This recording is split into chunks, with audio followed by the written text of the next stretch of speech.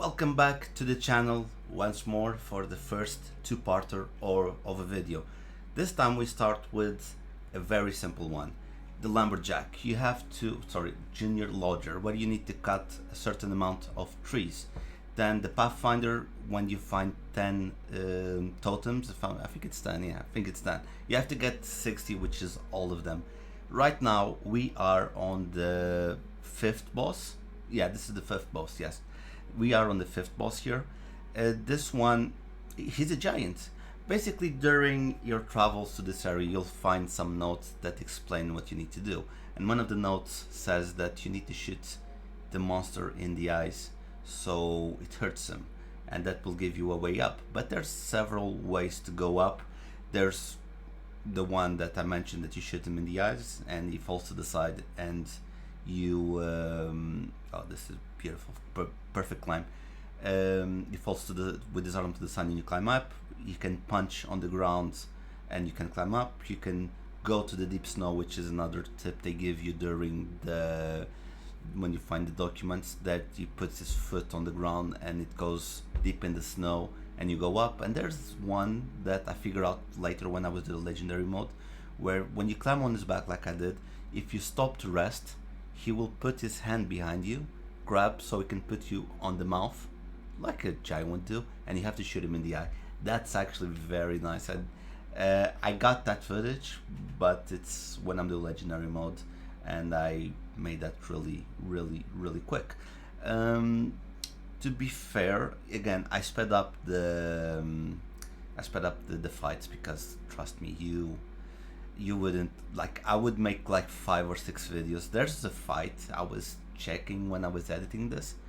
I have a fight that lasted me 45 minutes, and I'll tell you which one it was, and I'll be honest with you, I edited 2 fights together. Like, I did the very good first half, and then I did the second half, and then the Yeti. That's when I got the Yeti kill. Simple. This is the most epic fight I had in a long time. This one I edited it a little bit, and it's a bit fast because this was a very big fight. Basically, this is a flying monster. I have a thing for flying monsters, to be honest. I like doing these flying monsters. This reminds me a lot of my favorite fight in Shadow of the Colossus, where you have a similar type of monster, maybe a little bit smaller, but everything is like similar. There's a sigil on the back, there's on the wings. I like that a lot. I really like that a lot. But yeah, sorry I sped up. Yeah, this one I sped it even more here because you don't need to see me run all the way back, because I messed up. And yeah, then I go back. Basically, you have to take a high position. That's why you have this wind vent that you turn on. You go up, you get the higher ground, like you know, Obi-Wan and Anakin. You get the higher ground, and then you just jump. You use the sailcloth, which I think this is genius. I know it's very Breath of the Wild thing, because they started this. I remember, for example, Horizon. It came out at the same time as Legend of Zelda, and then when the second Horizon came out, they copied the sailcloth thing from Zelda, and that was a very revolutionary thing to do on video games, and a lot of games started to do that. But this fight it's very high intense. It's, again, I'm very sorry, you have to play the game. You have to play the game to understand the epicness of the fights in this game. Again, Shadow of the Colossus is a big reference. I think they improved. I think the survival mechanic makes the game harder. The puzzle's already hard, but the survival mechanic is very good. And here I go. When I finished the second one, I was like, the second wing, I was like, where is it? I thought it was like on the mouth area because it was open, but when I was going down, I saw the reflection. There I go, boom, I get the third attack, and there you go, release the whatever. This one, I get this trophy here to getting 20 of these totems, and I get the Explorer, and right next to it I find another lore note, and if I'm not mistaken, this is the last one, the cipher. I get all the notes, and we go to this one. Is the one I told you about, the 45 minute, and I had to combine two fights so it looked good. Basically, you need to get these. This is the last monster before the final boss. So basically, what you need to do, you need to use these plants that are like, let's say, cannons or whatever, to start breaking areas so you can go up. Basically, you need to hit the leg so you can go up. You need to hit that little, I don't know, thing below his beard that allows you to jump. But you can jump actually. You can, if you're good, if you time everything right, you can jump from one leg to another. It's much faster. You can do that perfectly. You can see I jump to his second leg, I go up, then I jump to the arm. Again, speeding up doesn't, like, the game is a bit slower, but speeding up doesn't make it's not fair for the game. But hey, if I wanted to do this in 2 videos, I had to do like that. I hit his arm, then I'm like, okay, I have to go up. And this one, you can jump directly from the shoulder to the other arm, but it's a bit risky because if he does the movement with his arm forward, he will miss the jump. And this one, I didn't realize. Then I thought, okay, maybe the other arm, but this one has a sigil, but I didn't notice. Basically, I skip and I go directly to the top. Basically, this is one of the parts that I edited because I fell down, but then I got another one and I clipped it. And because it's so fast, you can't see the transition. This is another area that I clipped because on this try that I was doing very well, I failed the jump to his beard, and then I had to go a second time. But basically, this is where I go like, okay, this is the last one. I'm gonna get it. Yep. Boom. I go and I put the third one, and I'm like, okay, why isn't this over? And I was like, oh, he had it in one arm. Maybe he has in the other arm. So I start jumping all around, and as you can see, I'm trying to find a way to go down. I didn't want to fall down because if I had to fall down, I had to go back up again. It would be a pain in the ass. And I was like, I remember this part. I remember seeing this. And then I realized I can destroy it. And I start shooting, and there you go.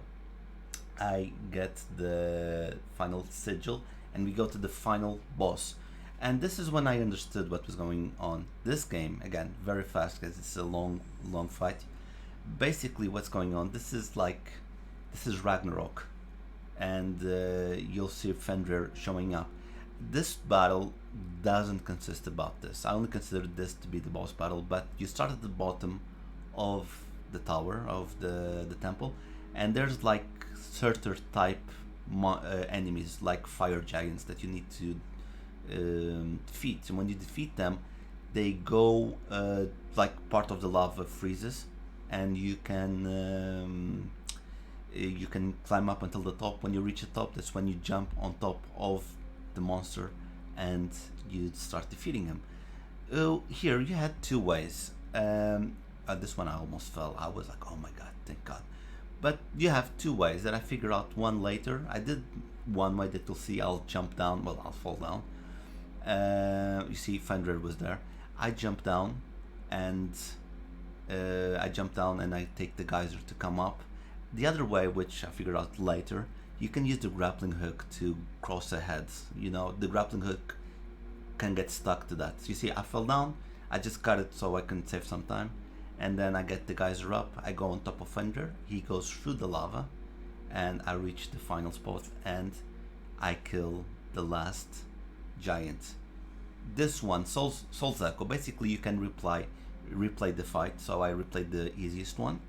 This one is larger when you cut another certain amount of trees, and you'll see this is a bit fucked up because I messed up the green screens, but it's gonna work. Anyway, then we get 40, yeah, I think it's 40 or 30, yeah, Elite Explorer, yeah, it's 30, yeah, it's the 30. This one, this is crafting. You have to craft a certain amount of items. Arrows are the easiest one. Map, when you find 6 map sigils, you get the cartographer trophy. I'm gonna get another lumberjack. I get another lumberjack. Then you have here cook. You have to cook 10 pieces of food, and then chef, you have to cook 20 pieces of food. There are 3 mini bosses called champions. I just taped the 3rd one, but you need to defeat the 3 of them. They actually give very nice gear. And this is just me. I sped up a little bit so that, you know, we didn't waste too much time. The video is already so long. But yeah, here it is. we fight him, and we need to go get on his back. What he can do this, I managed to hit the sigil 2 times before he explodes. And see, 1, 2, explodes. So I don't have to fight him too long. It makes the fight way faster. Then I just go one more time. I get fed up and I start blasting him with arrows. He falls down, I go on his back again, and boom, I'll kill him and get the trophy for killing. It's not that hard as long as you know how to dodge. You just have to time the attacks. This is when I get 40, yeah, the adventurer, when I get 40 totems. The easiest way for the game to go is literally start the game, get the totems, and all the bosses are gonna be easy, even on legendary. Hunter, where you kill 50 animals, it's really important, especially on legendary mode, to get the food. This one, Elite Adventure, I get 50 totems, and I'm already super strong. You can see here, oh, this is the final totem. You'll see the Pokemons down here. It's the mini game that I have on my Platinator 87 channel.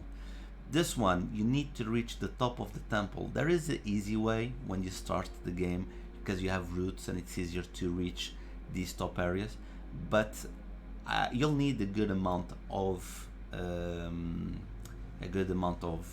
stamina to get to the top. There's a trick that it will save you a lot of stamina, to be honest. But yeah, you just go like this, you climb the temple walls, then you just go forward. And here I did a little cut because I paused the game for a little bit. But basically, you just aim up, you go up, then you see this little piece of ice here, you drop down. I know it's not a lot, but recover the stamina. But the secret is you can use the grappling hook to climb even more. It reminds a lot of Shadow of the Colossus. Again, Shadow of the Colossus is a very big influence in this game. But Shadow of the Colossus here, you can see that you can do the same at the end, but you need to have full stamina to go up the tower, and then in the tower you get the trophies. Then, oh, a wild Pokemon appears. Oh yeah, I got this one. You'll see me capturing this one, because I was just going up and okay, I'm gonna Master Ball it. I like it, it's a Eevee evolution, and Eevee is the best. And yeah, I just reached the top, and we'll reach the trophy. We'll get another trophy. Oh, that's a bit hard. I was trying to grappling because I was slipping, and reach the god. This is probably the highest part. Then you'll find these undead monsters along the way. You need to kill 50 of them. You can confirm the trophy on Cleanse the Land. You can see the trophy, and you'll see how much it's left because it's charging. This is the final. I played the 5 first bosses on legendary. Remember, get all the totems before, or amount of totems that you can, the maximum amount before, because it gets really easy.